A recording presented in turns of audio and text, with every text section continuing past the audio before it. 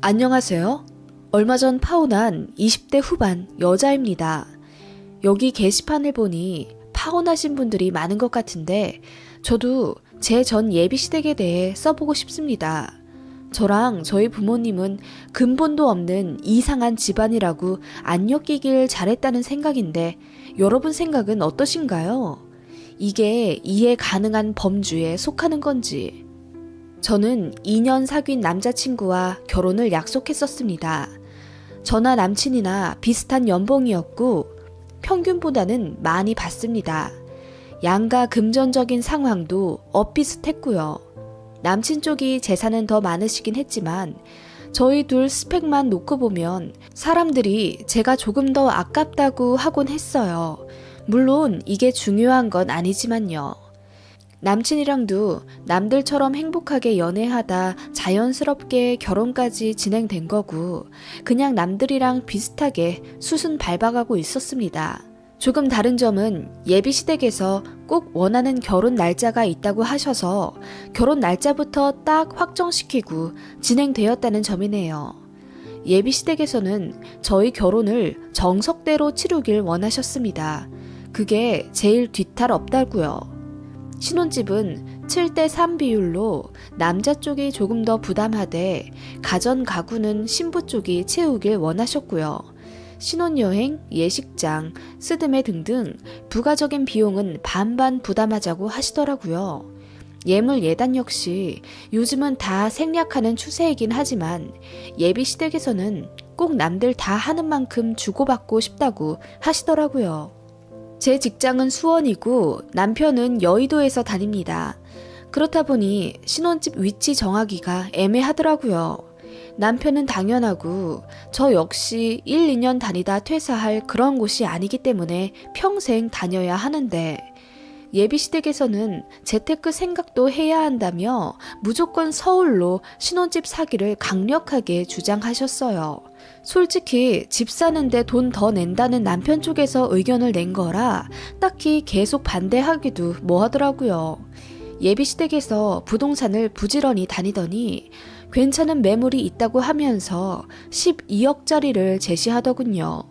그러면서 남친 쪽에서 8억을 낼 테니 저희 보고 4억에 중개 수수료까지 내라고 하시더라고요. 거기까진 저희 부모님도 오케이 하셨습니다.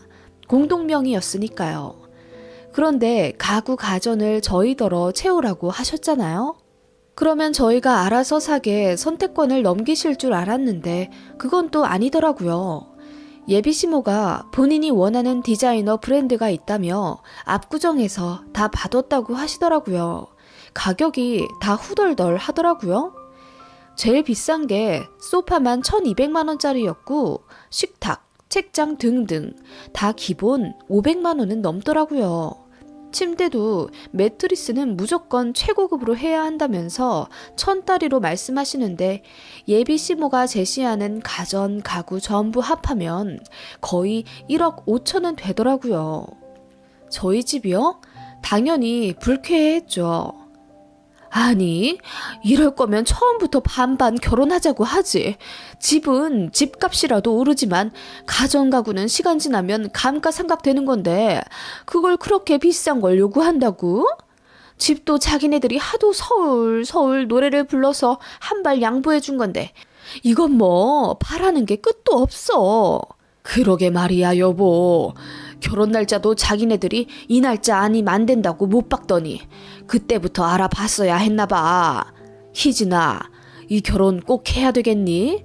나는 네 예비 시어머니가 보통 아닌 것 같다.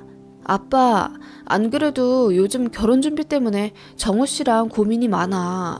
정우 씨는 부모님한테 계속 우리끼리 알아서 할 테니 간섭하지 말라고 말리고 있어.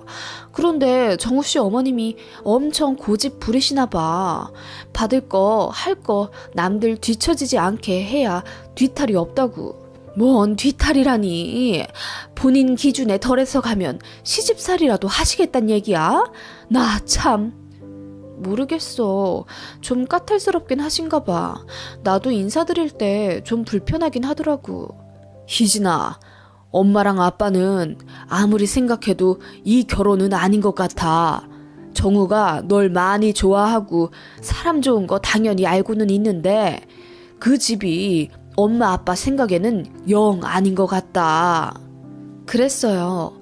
남친도 본인 어머니가 좀 이기적으로 결혼 준비에 입을 대신다는 사실을 충분히 인지하고 있었고 예비시모가 전두지휘하며 이 결혼을 진행하려는 것에 대해 너무 미안해하고 있었어요. 그 전엔 몰랐는데 남친 쪽이 굉장히 치맛바람이 세고 그런 분위기더라고요. 저도 결혼한다고 인사드리면서 알았어요. 내가 셈이 좀 정확하고 남들이 보면 깐깐하다고는 하는데 나는 해야 할 건 딱딱해야 권리도 주장할 수 있다고 생각하는 사람이야. 나도 이 집 시집 올 때 할 거 다 하고 아니 그 이상 다 하면서 들어왔어. 그래서 시댁에 할 말 다 하면서 산 거야. 희진이 너도 넘친다 싶을 정도로 할 건 다 하면서 시집 오는 게 좋을 거야. 그게 장기적으로 너에게 더 좋아. 예비시모는 그렇게 계속 이어. 그리고 나 같은 사람이 오히려 뒤끝이 없다. 나 같은 시어머니가 최고라는 걸 결혼하고 나면 더 잘 알게 될걸? 하시더라고요. 남친은 옆에서 당황해하면서 그렇게 말하지 말라고 말리고요. 솔직히 얘기만 들으면 맞는 말일 수는 있어요. 그런데 묘하게 어머님이 모든 결정을 다 하시고 주도권을 잡으시니 시간이 지날수록 가불관계 같다는 느낌을 받았거든요. 저뿐만 아니라 저희 부모님도 뭔가 미묘하게 갑처럼 행동하는 예비시모 태도에 이건 아니다 싶어서 브레이크를 잡고 싶어 하셨고 이도 저도 안 될 바에 차라리 결혼 준비를 미루든지 아니면 아예 파혼을 하든지 정했으면 하셨어요. 남친은 난리가 났죠. 저 없으면 못 산다고 시댁에서 울고불고 저랑 결혼 못하면 그냥 집 나가서 연락 안 하겠다며 절연의 의지까지 내보이며 본인 집에서 시위를 했다고 해요. 결혼 준비 과정에서 있었던 첫 번째 트러블이었죠. 솔직히 예비시모만 아니면 남친은 진짜 괜찮은 사람이라고 생각했고 저도 남친을 많이 사랑했기 때문에 바로 칼같이 파혼하기가 힘들더라고요. 이건 결혼 준비하면서 다들 느끼셨을 겁니다. 머리로는 알아도 마음이 잘. 아무튼 그렇게 다시 결혼 준비를 시작하게 됐는데 이미 빈정상한 예비시댁과 저희 집이었죠. 첫 단추부터 이렇게 끼워야 하나 싶은 생각에 착잡하긴 했지만 남친이 저희 둘만 생각하자며 본인이 이제 중간 역할 잘하겠다고 눈물로 다짐하더라고요. 뭐 아무튼 그렇게 신혼집 위치도 다시 정했고요. 가전 가구도 저랑 남친이 알아서 마음에 드는 걸로 적당하게 고르기로 협의했습니다. 문제는 예물 예단 얘기가 나오고 나서부터였습니다. 예비시모가 다른 건 몰라도 예물 예단만큼은 꼭 제대로 주고받자고 하시더라고요. 그러면서 본인은 직설적인 성격이라 원하는 걸 딱 말하겠다 하더라고요. 그러면서 저에게 한지 같은 곳에 아파로 예쁘게 꾸민 종이에 붓펜으로 뭔가를 정성껏 쓰신 어떤 작품 같은 걸 저한테 주시더라고요. 예물예단 리스트라고 하시더라고요. 자, 잘 읽어보고 어머님께 가서 전해드려. 다른 건 양보했지만 예물예단은 아무래도 집안 어르신들 보는 눈도 있고 나는 정확하게 해야 한다고 본다. 예비시모 말이 떨어지기가 무섭게 종이를 열어보고 저는 기함했습니다. 밍크 코트 2천만 원대 한 벌, 남친 명품 시계 800만 원대 한 개, 예비 시조부모님 예복 도합 1,000만 원, 반상기 대신 예비시댁 식탁 교체 700만 원, 이불 대신 예비시댁 침대 프레임과 매트리스 교체 600만 원, 예단비 5천만 원이더라고요. 정말 입이 다물어지지 않았습니다. 해야 할 건 딱 해야 한다면서 반상기랑 이불 대신 예비시댁 가구를 교체하라는 건 또 무슨 풍습인지요. 진짜 너무 어이없는 거예요. 제가 그거 보고 놀라서 얼굴이 빨개지자 예비시모가 본인이 너무 예단 요구 종이를 잘 만들어서 놀랐냐고 그 와중에 농담하시더라고요. 그거 보니까 정말 결혼하기 싫어지더라고요. 정말 거짓말처럼 정이 딱 떨어졌고 표정 관리도 안 됐어요. 남친은 바로 눈치채고 무슨 예물예단을 이렇게 과하게 하시냐고 막 대들더라고요. 그 바람에 예비 시부모님이랑 남친 부모님은 또 험악해지고 저희 집도 없는 집은 아니지만 그렇다고 해서 엄청 부자는 또 아니거든요. 신혼집에 저희보다 많이 돈 넣어주시는 건 정말 감사하긴 한데 다른 부가적인 걸로 꼭 그만큼 더 받아내려고 하는 게 눈에 보이더라고요. 제가 그냥 대놓고 말했어요. 어머님, 이거 저는 다 해갈 수 없을 것 같습니다. 저희 형편에 비해 너무 과하다는 생각이 듭니다. 아니, 이게 뭐가 가하니? 신혼집에 우리가 훨씬 많이 돈 대주는데 그런 건 생각 안 하니? 신혼집에 돈 보태주시는 것 때문에 그러시는 거라면 부모님들 도움 안 받고 저희 둘 역량으로 충분히 경기도에 20평대 중반 아파트 마련할 수 있어요. 저도 이 부분에 대해 잘 말씀드렸지만 어머님께서 그렇게 하지 말라고 하셨잖아요. 그건 너희 집이나 우리 집이나 돈 해줄 수 있는 상황이니까 그렇지. 그리고 대출을 뭐 하러 받아? 앞길 창창한 니들인데. 그런데 어머님, 이 예물예단 다 하려면 대출 받아야 할지도 몰라요. 앞길 창창한 저희인데 신부가 대출 낀 채로 결혼하는 건 어머님도 원치 않으시잖아요. 제가 차분하게 그러나 뼈가 느껴지는 말을 하자 예비신부가 얼굴이 울그락불그락한 채 아무 말 못하시더라고요. 그때 옆에서 지켜보며 아무 말 안 하던 예비신우가 한마디 하더라고요. 그러면 밍크코트는 빼요. 어차피 저희 시어머니 그런 거 별로 안 좋아하시는 것 같더라고요. 환경 애호가시잖아요. 그 말에 예비신우가 제 눈치를 보며 화들짝 놀라시더니 작은 목소리로 예비신우에게 속삭이시더라고요. 뭐? 아무리 그래도 밍크코트는 하나 해가야지. 판사 사모님이신데. 됐어요. 괜히 그런 거 해갔다가 말만 들을 것 같아. 그냥 예단비 5천이랑 시계만 좀 해주고 식탁이랑 침대는 우리가 다시 알아보고 다운그레이드 할게. 대체 이게 뭔 대화인지 통 감이 안 잡히더라고요. 그게 무슨 말씀이세요? 판사 사모님이라뇨? 아, 우리 결혼할 남친 아버지가 판사시잖아요. 그래서 예, 무슨 말을 하는 거야? 예비신우가 급하게 예비신우 입을 막으며 빨리 자리 뜨라고 눈치를 주더군요. 그 말에 저는 대강 눈치를 챘죠. 예비신우가 저희보다 먼저 식을 잡았거든요. 같은 연도에 겹쳐서 결혼하면 안 된다고 예비신부가 급하게 저희 결혼을 그 전으로 잡으신 거고요. 그래서 결혼 날짜를 먼저 정하게 된 것까지는 알았는데 예비신부랑 신우 하는 얘기를 들어보니 어째 상황이 말도 안 되게 돌아가는 것 같더라고요. 혹시 제가 정호 씨네 드리는 예물 예단을 정희 씨가 가져가시는 거예요? 가져가다니 어떻게 그렇게 말을 하니? 예비신부는 난감한 듯 얼굴이 빨개지시며 아무 말 못하시다가 이내 큰 소리로 언성 높여 말하시더라고요. 그래, 희진이 네가 오해할까봐 그냥 사실대로 말하마. 차라리 그게 뒤탈 없이 깔끔한 것 같아. 정이 결혼하는 거 알지? 같은 해는 아니지만 너희 결혼이랑 겨우 4개월 차이잖아. 네, 알죠 어머님.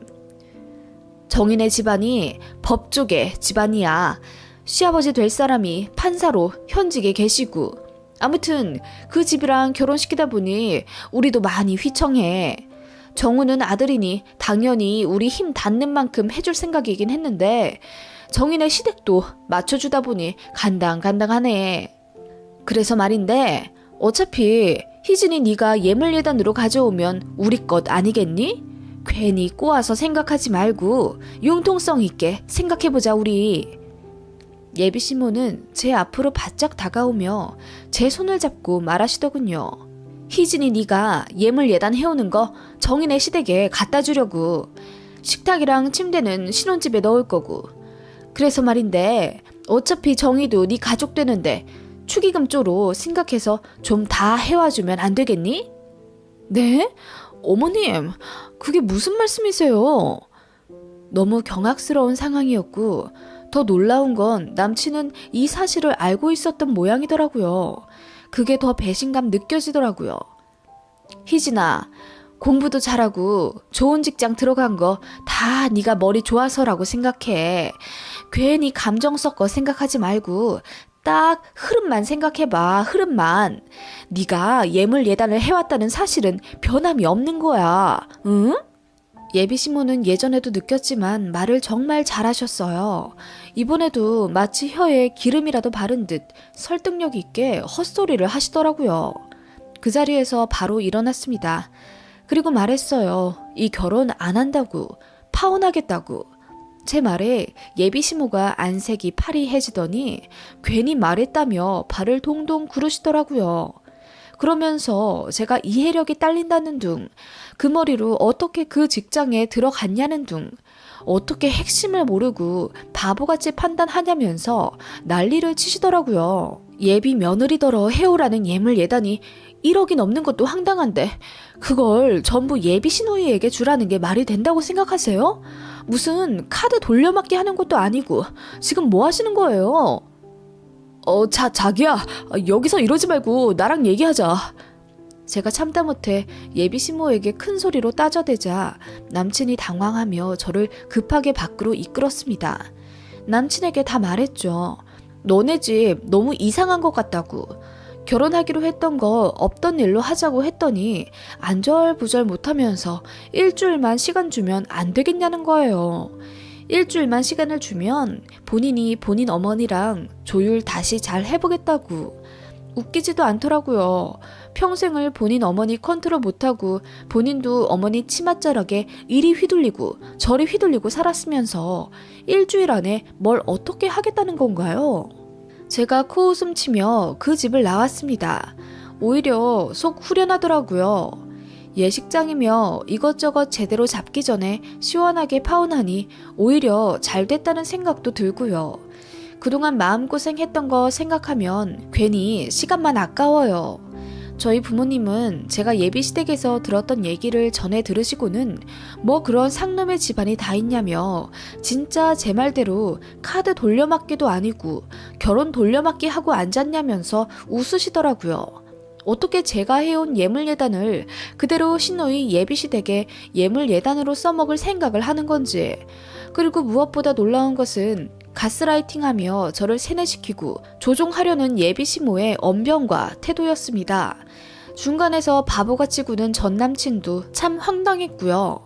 아무튼 그렇게 파혼했습니다. 여러분은 이게 이해가 가시나요?